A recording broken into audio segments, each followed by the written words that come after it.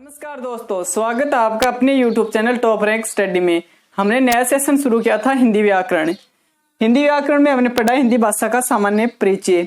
अब हम बात करेंगे हिंदी भाषा व्याकरण के बारे में। व्याकरण शब्द है, अगर हम इसका शाब्दिक विच्छेद करेंगे, शाब्दिक विच्छेद देखेंगे तो शाब्दिक विच्छेद होता है वेदन, आदन, करण।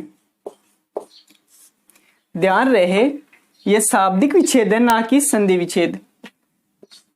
इसका शाब्दिक अर्थ लेंगे हम व्याकरण का।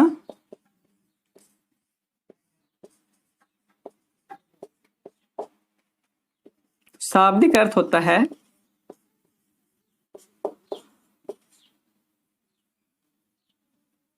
भली भांति समझना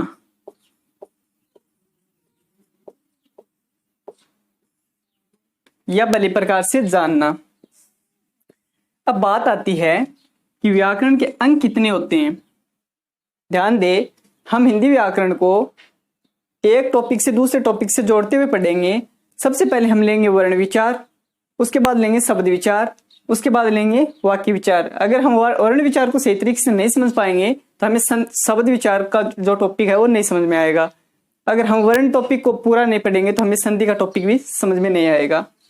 तो इस प्रकार हम कह सकते हैं व्याकरण के 3 अंग होंगे।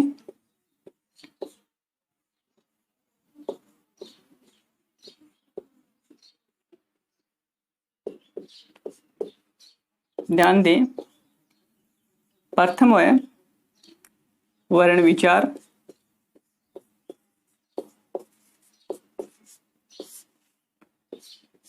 नंबर 2 है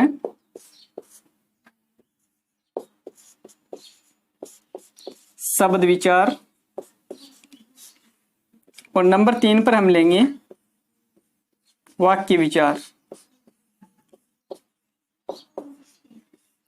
अब यहीं से हमारे सवाल शुरू हो जाते हैं कि इनमें से सबसे छोटी इकाई कौन सी है और सबसे बड़ी इकाई कौन सी है।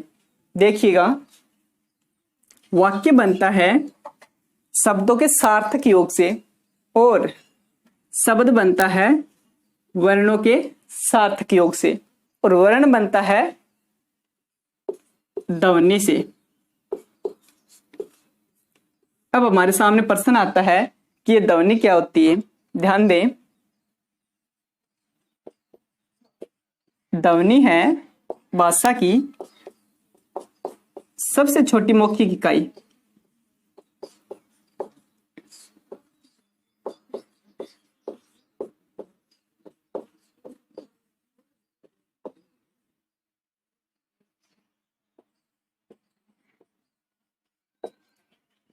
ध्वनि भाषा की सबसे छोटी मौखिक इकाई है। अब यहीं से हम वर्ण की परिभाषा निकालेंगे। देखिए, भाषा की सबसे छोटी मौखिक इकाई ध्वनि का ही लिखित रूप वर्ण कहलाता है। दोबारा देखिए, भाषा की सबसे छोटी इकाई ध्वनि का ही लिखित रूप वर्ण कहलाता है। जैसे मैंने बोला ए और आपने सुना, मैंने बोला और आपने सुना, मेरा उच्चारित है ए और मैंने लिख दिया। जब मैंने उच्चारण किया वह तो थी ध्वनि, और मैंने इसको आकार दे दिया, इसको एक चिन्ह के रूप में प्रकट कर दिया, एक सिंबल के रूप में लिख दिया, तो यह हो गई लिखित रूप, और लिखित रूप कहलाएगा वर्ण। तो इसका उच्चारित रूप होगा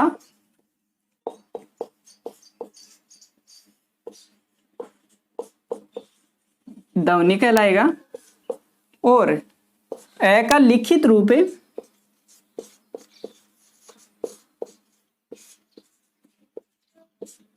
वर्ण कहलाता है। अगर ए उच्चारित रूप में है या क, तो हम उसको ध्वनि कहेंगे, और लिखित रूप इसको आकार दे देंगे, इसको सिंबल के रूप में प्रकट कर देंगे या चिन्ह के रूप में इसको प्रकट करेंगे, ये अपने लिखित रूप में हो जाएगा, तो ये वर्ण कहलाएगा। अब हम जानते हैं वर्णमाला। ये वर्णमाला क्या होती है।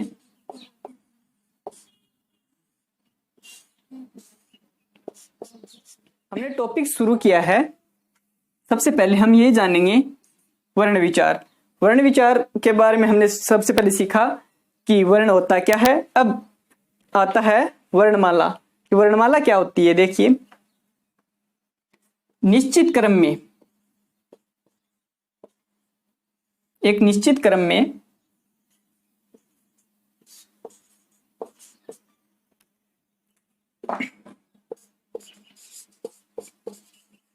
लिखित संपूर्ण ध्वनि चिन्हों को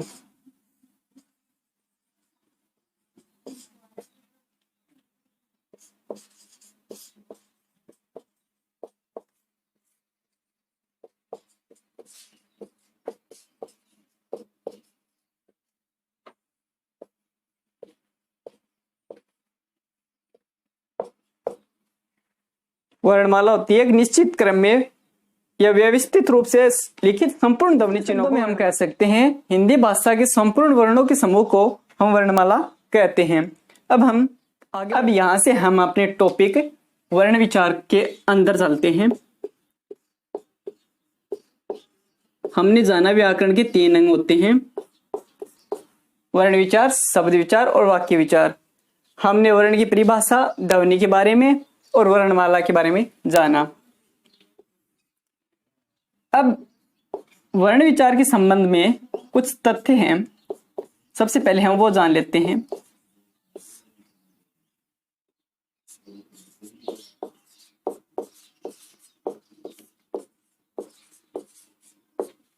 देखिए,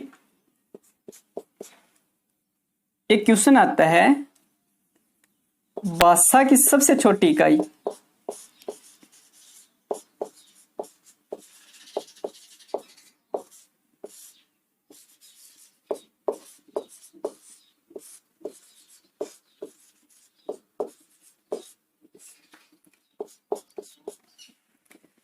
भाषा की सबसे छोटी इकाई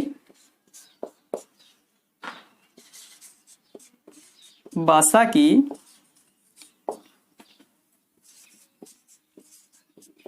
सबसे छोटी मौखिक इकाई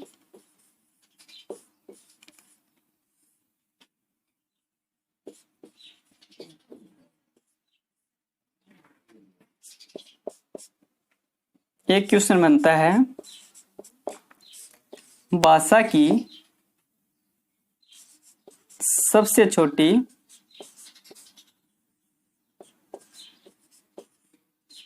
लिखित इकाई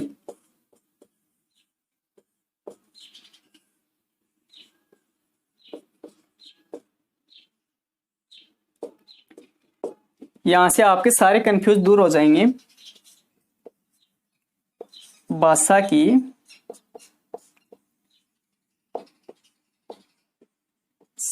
सबसे छोटी सार्थक इकाई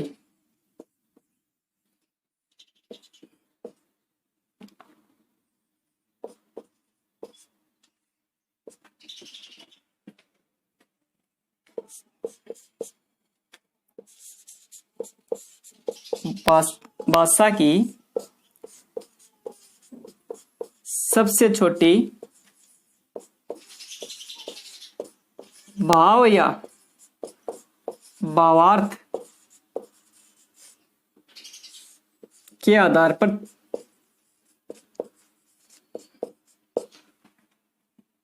सबसे छोटी इकाई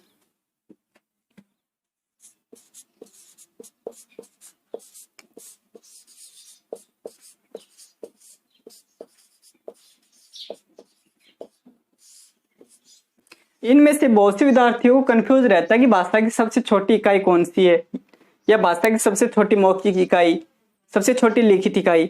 आज सारे कंफ्यूज दूर हो जाएंगे। देखिए, अगर क्वेश्चन में आता है कि भाषा की सबसे छोटी इकाई कौन सी है, सिर्फ सबसे छोटी पूछ ले, तो हमें करना है वर्ण।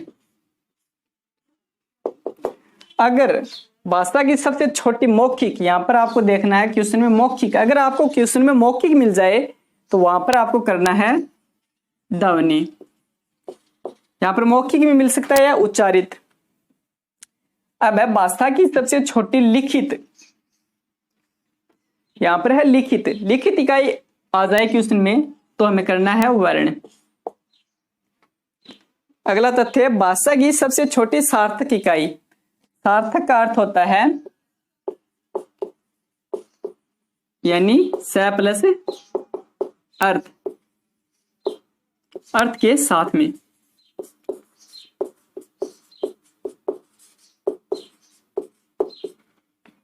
अर्थ दो का ही निकलता है, हमने जाना था।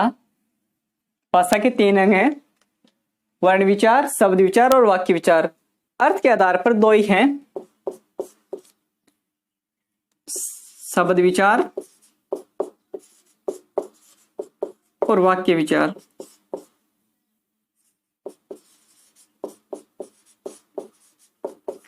अब आप ही बताइए इनमें से कौन सा बड़ा है, वाक्य बड़ा है या शब्द? इनमें से वाक्य बड़ा है, शब्द छोटा है। तो भाषा की सबसे छोटी सार्थक इकाई की बात आएगी तो होगा शब्द। भाषा की सबसे छोटी भाव या भावार्थ के आधार पर इकाई, तो भाव निकलता है वाक्य का, तो सबसे छोटी हो या सबसे बड़ी होगा वाक्य। एक बार दोबारा देखिए, भाषा की सबसे छोटी इकाई की बात आएगी तो हम वर्ण करेंगे। भाषा की सबसे छोटी मौखिक इकाई की बात आएगी तो हम ध्वनि करेंगे। भाषा की सबसे छोटी लिखित इकाई की बात आएगी तो हम वर्ण करेंगे। भाषा की सबसे छोटी सार्थक इकाई की बात आएगी तो हम शब्द करेंगे। भाषा की सबसे छोटी भाव या भावार्थ के आधार पर बात आएगी तो हम वाक्य करेंगे। अब हम आगे हैं कि स्वर क्या होते हैं और व्यंजन क्या होते हैं। देखिए, स्वरों का उच्चारण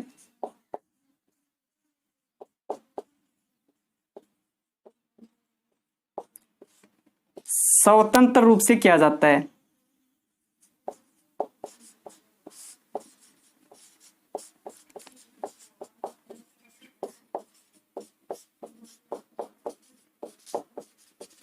स्वरों का उच्चारण स्वतंत्र रूप से किया जाता है और स्वरों की सहायता से हम व्यंजनों का उच्चारण करते हैं। स्वरों का तो उच्चारण स्वतंत्र रूप से किया जाता है और व्यंजनों का उच्चारण है वो स्वरों की सहायता से किया जाता है। अब देखिए स्वरों की संख्या कितनी होती है।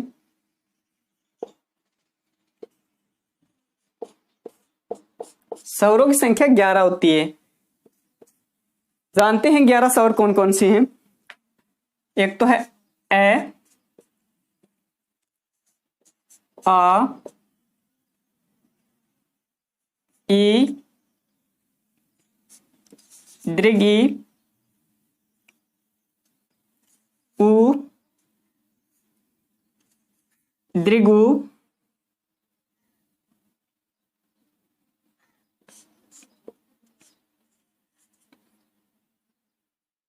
री,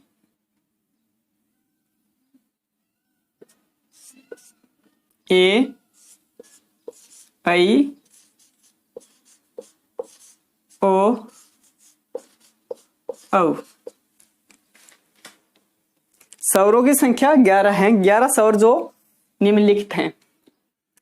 अब हमने छोटी कक्षा में पढ़ा था, एक यह है और एक अंग और एक अ है। यह क्या होते हैं ये भी हम जान लेते हैं। देखिए, ये हैं अयोगवाह वर्ण।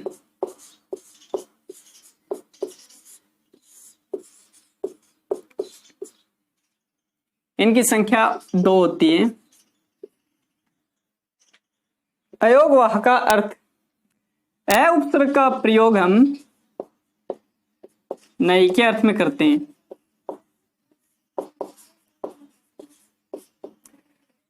योग का अर्थ होता है जुड़ना।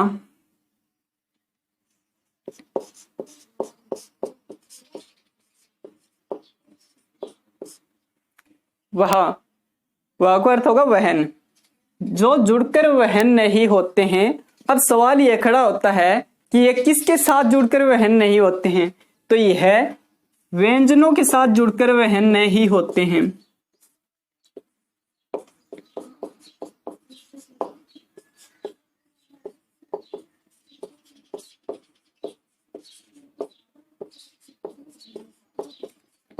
इनका प्रयोग सदैव स्वरों के साथ होता है। अयोग आवरण सदैव स्वर के साथ प्रयोग होते हैं।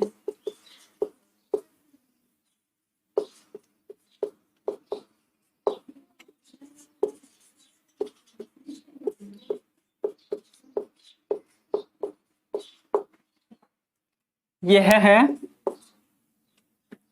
अनुस्वार,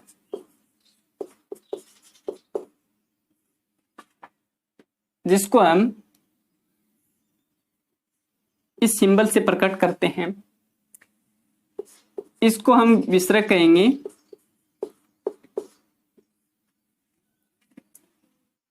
इसको हम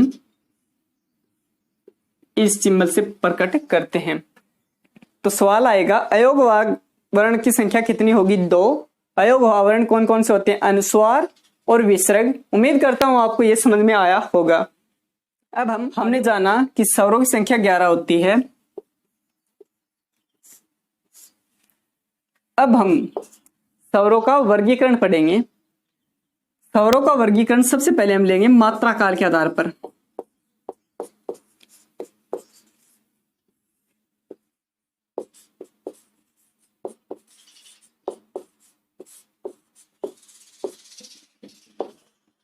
मात्रा काल के आधार पर या उच्चारण में लगने वाले समय के आधार पर। तो स्वर होते हैं मात्रा काल या उच्चारण में लगने वाले समय के आधार पर 2 प्रकार के। देखिए 2 प्रकार कौन कौन से हैं।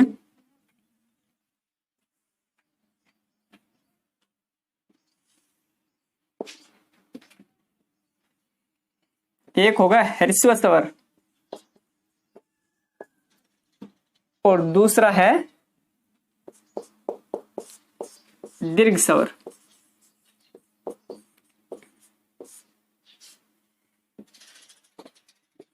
ह्रस्व स्वर को हम मूल स्वर भी बोल सकते हैं,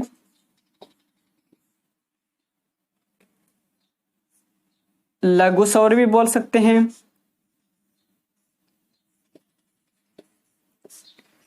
और दीर्घ स्वरों को हमें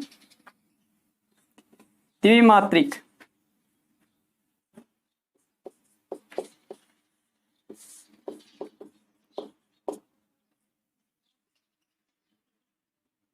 गुरु स्वर,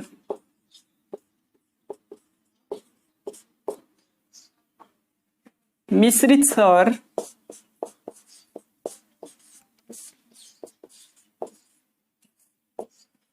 संधि स्वर,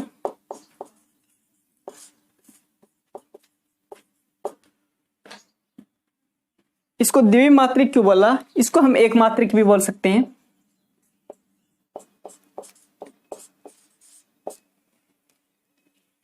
इनके उच्चारण में एक मात्रा मतलब बहुत कम समय लगता है, और दीर्घ स्वरों में द्विमात्रिक का अर्थ होगा कि लघु स्वर से दुगना समय लगता है, यानी 2 मात्रा का समय लगता है। अब हम बात करते हैं ह्रस्व स्वर कितने होते हैं और दीर्घ स्वर कितने होते हैं। ध्यान दें, ह्रस्व स्वर हैं, इनकी संख्या 4 होती है।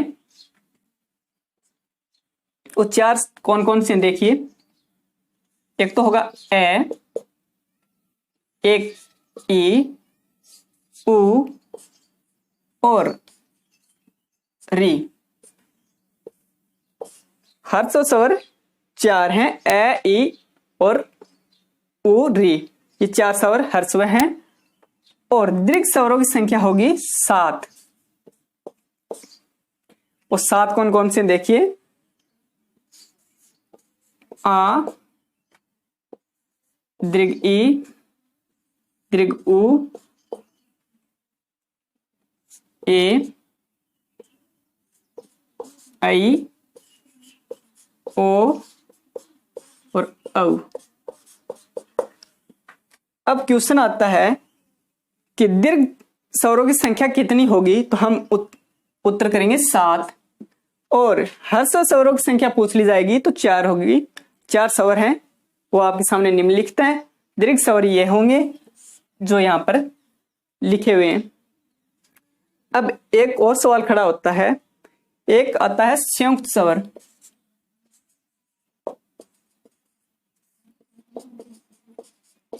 अगर मूल दीर्घों की संख्या पूछी जाए तो मूल दीर्घ होते हैं 3।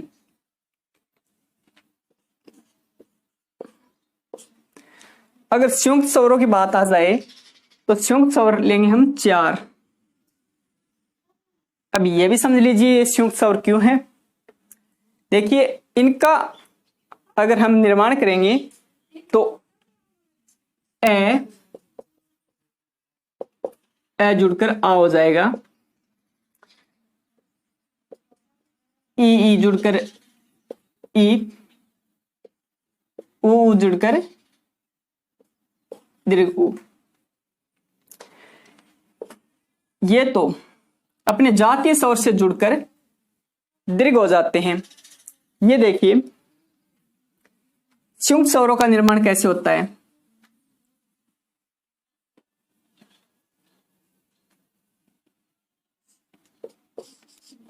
ए आ के साथ,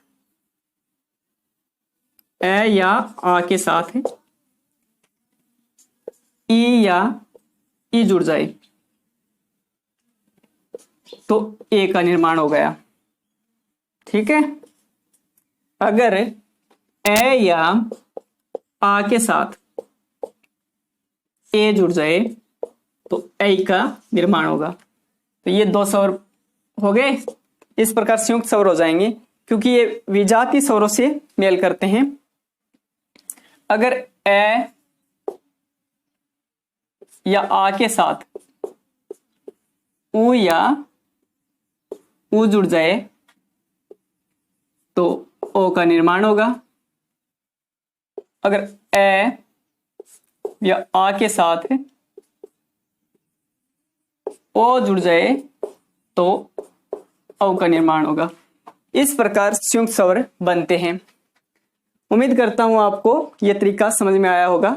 अब हम आगे बढ़ते हैं। अगर हम एक स्वर की और बात करें मात्रा काल के आधार पर, जो संस्कृत व्याकरण में जिसको पढ़ा जाता है वो होता है प्लुत स्वर।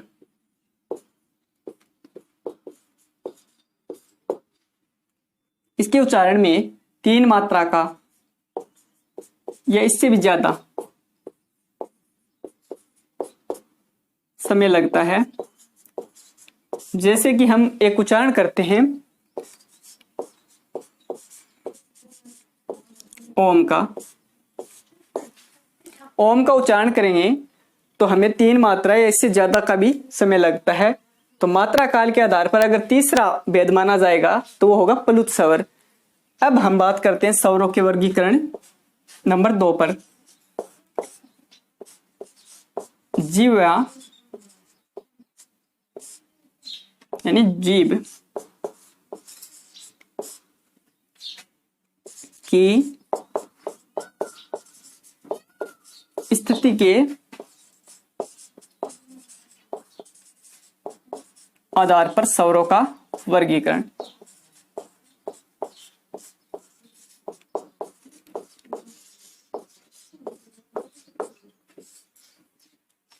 हमने मात्रा काल व उच्चारण में लगने वाले समय के आधार पर पढ़ लिया है। अब हम पढ़ेंगे जीवा या जीभ की स्थिति के आधार पर स्वरों का वर्गीकरण।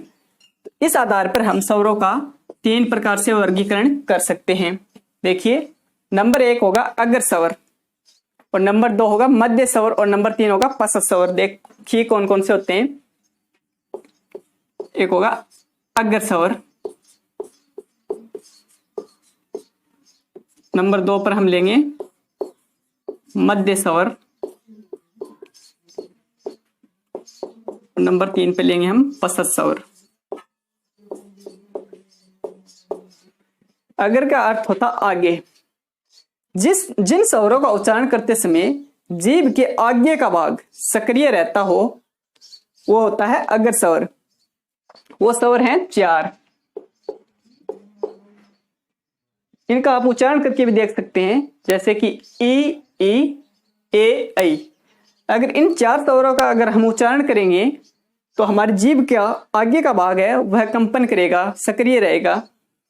तो वो स्वर देखिए ई, ए, ऐ। ये 4 स्वर हैं जिन्हें हम अग्र स्वर कह सकते हैं। अब बात आती है मध्य स्वर। मध्य का अर्थ होता है बीच।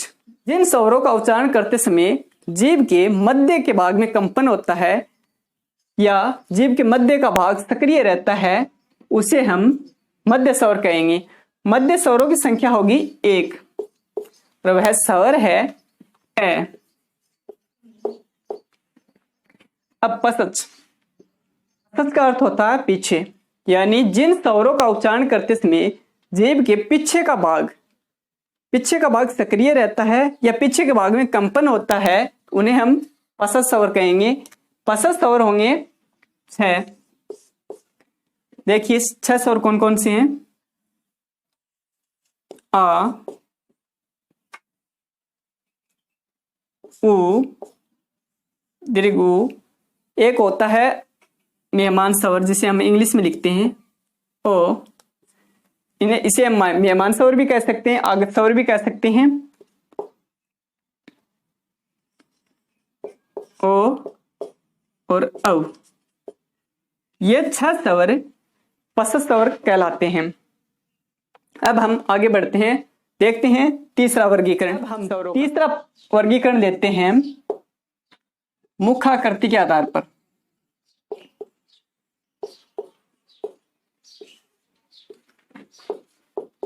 मुखाकृति के आधार पर स्वरों का वर्गीकरण।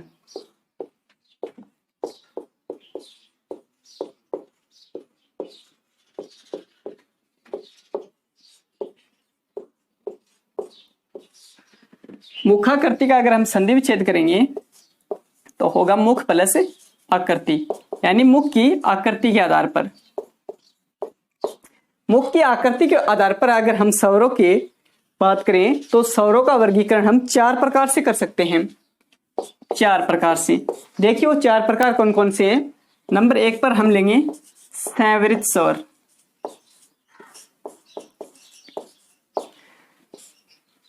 नंबर 2 पर हम लेंगे अर्ध संवरित स्वर।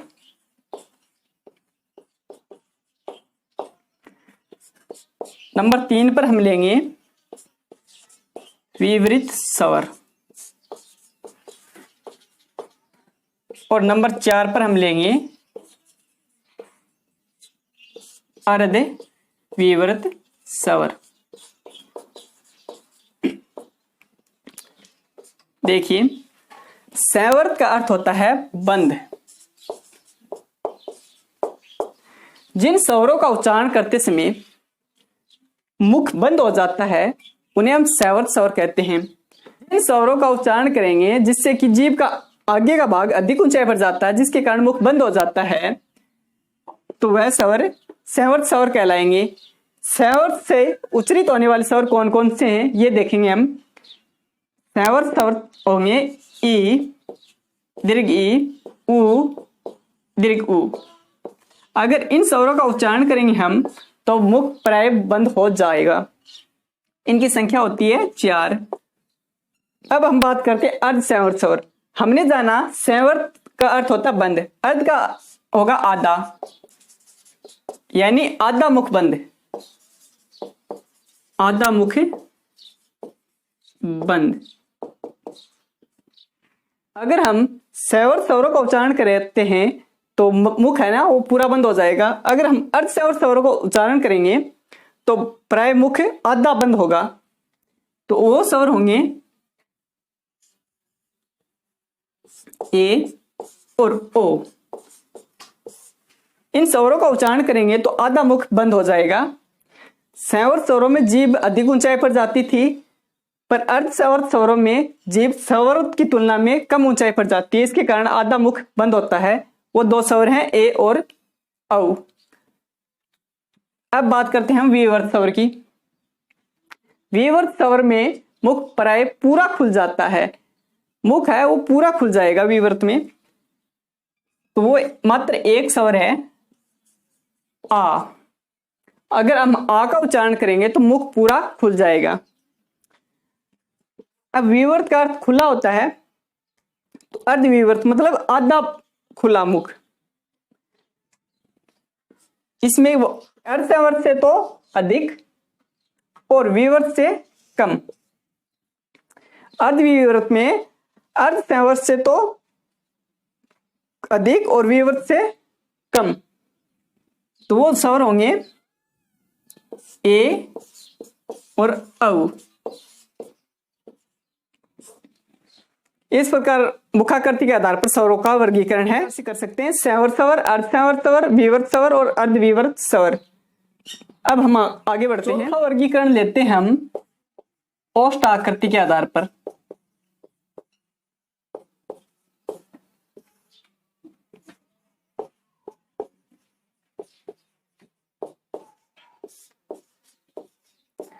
ओष्ठ आकृति के आधार पर यानी ओष्ठ का संधि विच्छेद करेंगे तो होगा ओष्ठ प्लस आकृति। ओष्ठ होता है होठ, यानी होठों की आकृति के आधार पर।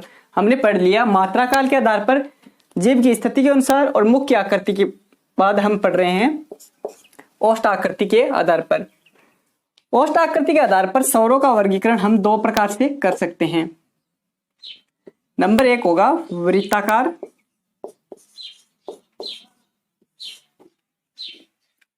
वृत्ताकार स्वर, और नंबर 2 होगा अवृत्ताकार स्वर।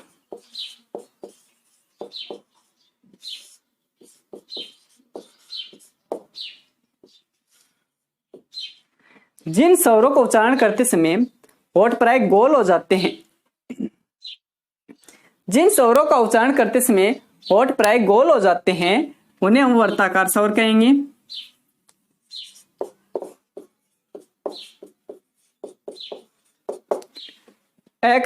अ उपसर्ग का प्रयोग हम नई के अर्थ में करते हैं, यानी जिन स्वरों का उच्चारण करते समय होठ गोल नहीं होते हैं।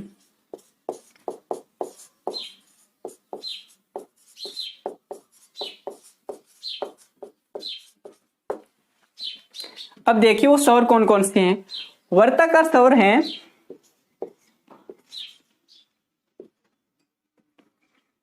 उ,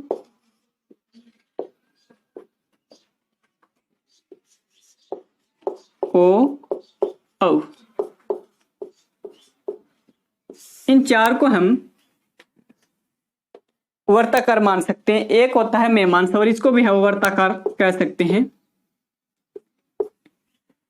अब बचे हुए जो स्वर हैं वो आएंगे अवर्ताकार की श्रेणी में, जैसे ए, आ, ई, दीर्घ ई, री, ए, ऐ।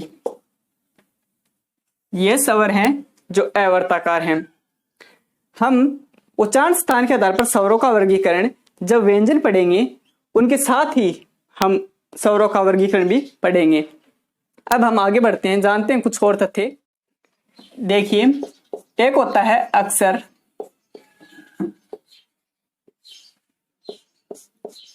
एक होती है मात्राओं की संख्या,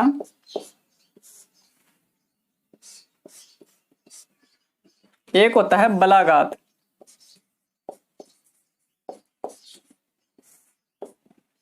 ये तीनों क्या होते हैं ये देखिए।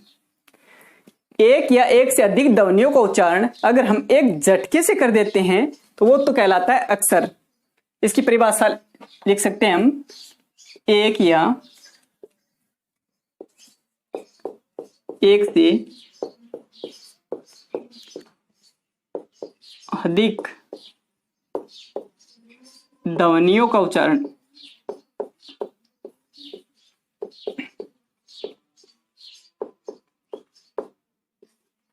एक झटके से करते हैं उसे हम अक्षर कह सकते हैं। अक्षर की परिभाषा होगी, एक या एक से अधिक ध्वनियों का उच्चारण अगर हम एक झटके से करते हैं तो उसे हम अक्षर कहते हैं। अब आती है मात्रा, यानी मात्राओं की संख्या कितनी होगी। मात्राओं की संख्या होती है 10। स्वरों की संख्या हमने जानी कि 11 होती है, पर मात्राओं की संख्या की बात आती है तो वो होती है 10। अब एक स्वर है जिसकी मात्रा नहीं होती, वो है ए स्वर को हम अदृश्य स्वर भी कह सकते हैं। अगर एग्जाम में आ जाए कि अदृश्य स्वर कौन सा है तो वो ए होगा। एक होता है बलागात। बलागात वो होता है अगर हम किसी शब्द का उच्चारण करते हैं तो किसी एक अक्षर पर विशेष बल देते हैं, उसे ही हम बलाघात कहेंगे। शब्द के उच्चारण में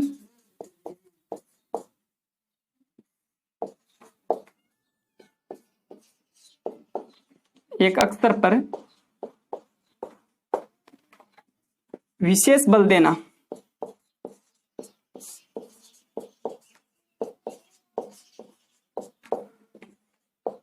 बलाघात कहलाता है।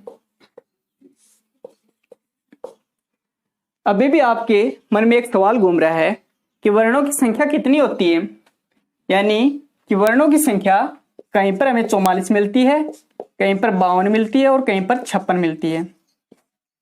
इस सवाल का जवाब आपको अगले वीडियो में मिलेगा, जब हम व्यंजन का पार्ट पूरा करेंगे। उसी के साथ आपको यह भी बताएंगे कि 44 कैसे होती है, 52 कैसे होती है और 56 कैसे होती है। इसके लिए आपको अगले वीडियो का इंतजार करना होगा। अगर आपको अगला वीडियो सबसे पहले चाहिए तो आप प्लीज बेल आइकन को प्रेस कर दीजिए, जिससे कि वो वीडियो आपको सबसे पहले मिलेगा। अगले वीडियो में हम जानेंगे कि व्यंजन क्या है और व्यंजनों का वर्गीकरण क्या है। तो अगर आपको यह वीडियो पसंद आया है तो प्लीज इस वीडियो को लाइक कर दीजिए। अगर आपने अभी तक हमारे चैनल को सब्सक्राइब नहीं किया है, हमारे चैनल को सब्सक्राइब कर दे। धन्यवाद।